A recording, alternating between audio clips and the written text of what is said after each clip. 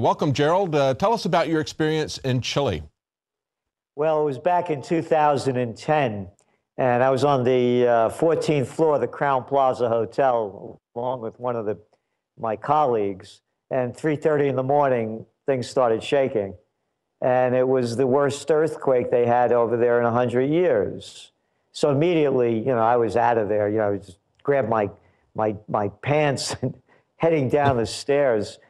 And the thing went on for 90 seconds. But to make a very long story short, when we got down there, this is a hotel, probably holds about 200 people, 250 people. There were only about several people down. We had to exit another way after we got to the third floor. Everything was collapsed underneath it. And most people stayed in their rooms. Mm-hmm. And the place didn't come down because it was one of these earthquake-resistant buildings, so the thing was all twisted. But, it didn't collapse. And as people started coming in, 4 in the morning, 5 in the morning, and I kept asking them, what did you do? Well, these were the stories. I called the front desk. We called our tour operator. We went into the bathtub. I think that was a different movie. You're supposed to go in the bathtub. And we stayed under the door. Oh, yeah. A 20-story building comes smashing down. You stand under that door, you're going to be okay. The moral of the story was that everybody froze. Yeah. Yeah. I saw a quote from you. You said, think for yourself. Nobody can think for themselves anymore. They trust authority, but they can't even think for themselves. They're afraid. Yeah. And because what's happened is that's all they sell us is fear. But don't worry about it. We're going to watch you and we're going to take care of you. We'll be in charge. You have nothing to worry about. So that's the mentality that people have in their minds. They've lost the courage to think for themselves, to be themselves. They lack the dignity and self-respect. And so they put their lives in the hands of others. And you see it all the time. It's going on right in front of us now. You're seeing what's going on over there in Europe. People are buying the baloney, saluting the leaders, and following the script. Yeah, a lot of this is just a blind reliance on authority. And of course, that's the way much of this stuff is being sold to us. Look at climate change. That's essentially an appeal to authority. When you ask people, why do you believe that we've got global warming going on?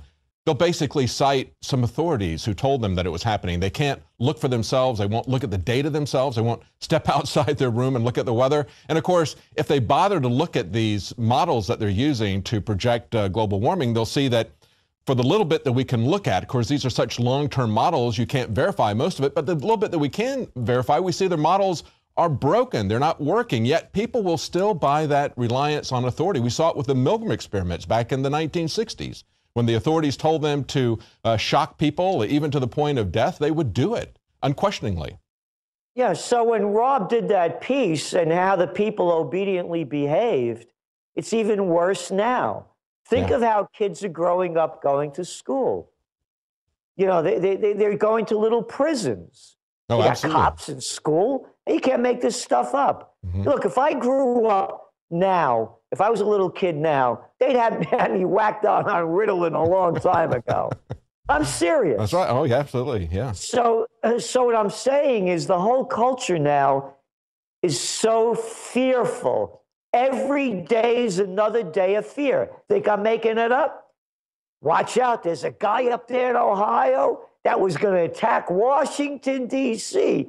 And I tell you, he was going to destroy the whole place single-handedly. Good thing we got him. We're on the case. Yeah. Look, you watch what happens with the Super Bowl coming up.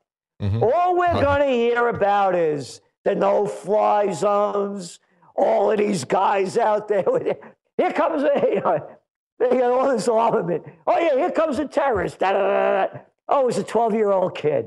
And what I'm saying is, you're seeing it in France now. Yeah. You're seeing it all over the world. They got tens of thousands of stormtroopers out there. All they're doing is putting fear into the people so they obey. Absolutely. They can't sell anything without using fear. And of course, They're pushing the new agenda to try to control the internet. CISPA's coming back yet again. And of course, it's the fear that somebody is going to hack into your computer when the government's doing it all the time. 24/7, 365. The government is hacking your computer, your phone, everything. And yet we're supposed to turn over all of our freedom to them because somebody might look at our emails. Yeah. Somebody is looking at our emails, aren't they, Gerald? Well, of course. Well, now, by the way, that, Obama came out and he made that North Korean hacking, that American business, Sony. I thought they were Japanese, but they say they're an American business. And they made a big deal out of that one. And of course, in the Wired world, everybody said that, it was an inside job and North Korea didn't do it. But they made it a freedom of speech issue. What's going on over there in Europe, they're making it a freedom of speech issue. So now we are all, and people say to me, Mr. Celente, aren't you concerned about the government? You say something.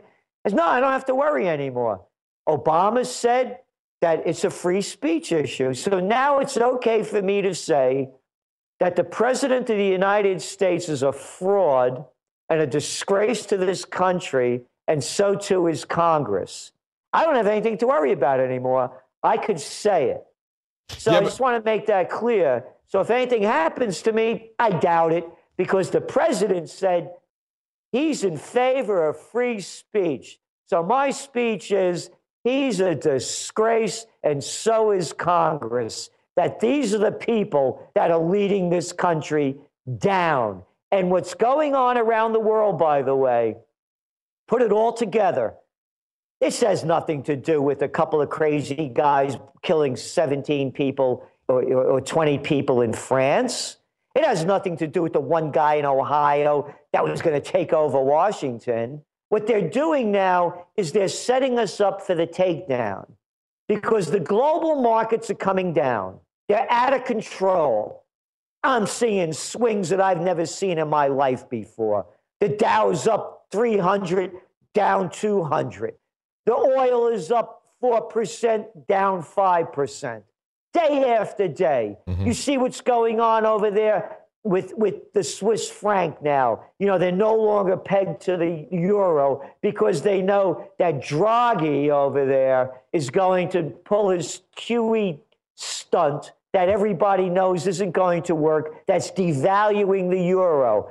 What they're doing is it's in place, the economies are collapsing, and now they have the people in height of fear.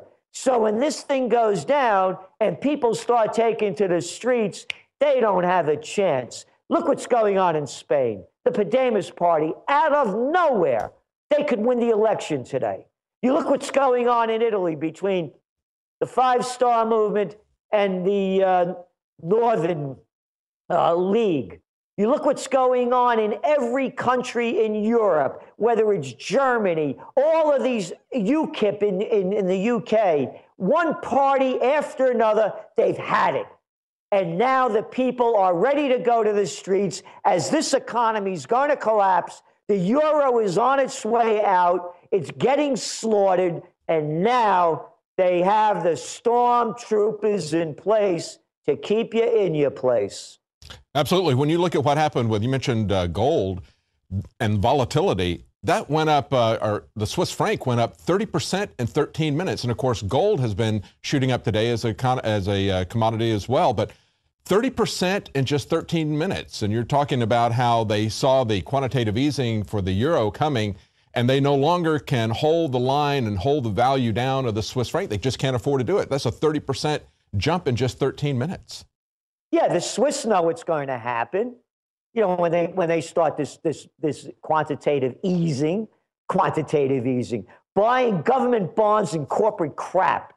That's all it is. And it's not going to work. Financial Times did a poll about 2 weeks ago on this. The vast majority of the economists said it's not going to work. All it's going to do is devalue the currency. That's why you're seeing gold go up. And again, the only reason the dollar has any strength is because of all these world currencies are so cheap. Look at the price of copper. It's not only oil. Copper is at 5.5-year lows. There's no demand. There's excess supply. I'm not making this number up. 85 people have more dough than half the world's population, 3.5 billion. You look what's going on in Brazil with Petrobras, their energy company, not only caught in corruption, bam, down on a downhill slide. Look what's coming on here in the States. Look at the bank profits. Hey, guess what? 20% or thereabouts of the junk bonds in this country, energy related. Yeah, one after another. They're in the mergers and acquisitions of the energy. They're in the deals. They're in the drilling. They're in housing. The banks have been, this is another Ponzi scheme ready to collapse. That's what you're seeing going on in the markets. It's out of control. They may be stupid, but they are very shrewd. The ones in charge, they know this thing is coming down. And what you're seeing going on in Europe about, these Islamic, guys that are going to take over the world, all this is a setup to keep us in check. Because when people start hitting the streets, they're going to blow them out.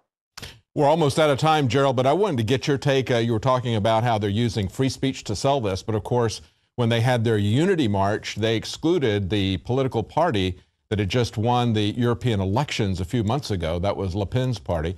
And that seems to be what they're afraid of. It looks like the people in Europe across the board, whether it's UKIP in England or whether it's Le Pen in France, they understand that they don't want to be a part of the EU anymore. And of course, Iceland just dropped their membership application. The new government there said they are no longer going to continue talks to join the EU. So they don't want to get in. The people who are in it want to get out. What do you see happening in Europe in the short term? Oh, it's going to be chaos. There's no way of bailing them out anymore. They've stolen the people's money under the name of austerity measures, which is white shoe boy language for taxing you more as you're earning next to nothing. It means taking away your benefits and your any kind of social services and then raising your retirement age till after you die. So they don't have any more games to play. You're looking at the unraveling.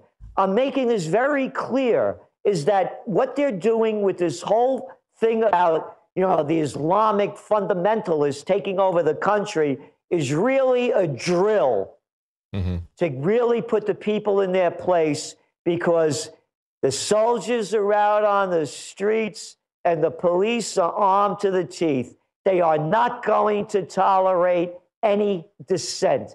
Look at this guy, Hollande. What was his popularity rating? 15%. I can now say that the French are as dumb as the Americans. They had their imbecile in chief that's selling them the war on terror, and we had our imbecile in chief over here, Bush, selling us on our war on terror. And anybody that wants to get into a good business, I suggest you consider propaganda. You could do it cheaply, stupidly, and get great results. Oh, they're stepping it up, aren't they?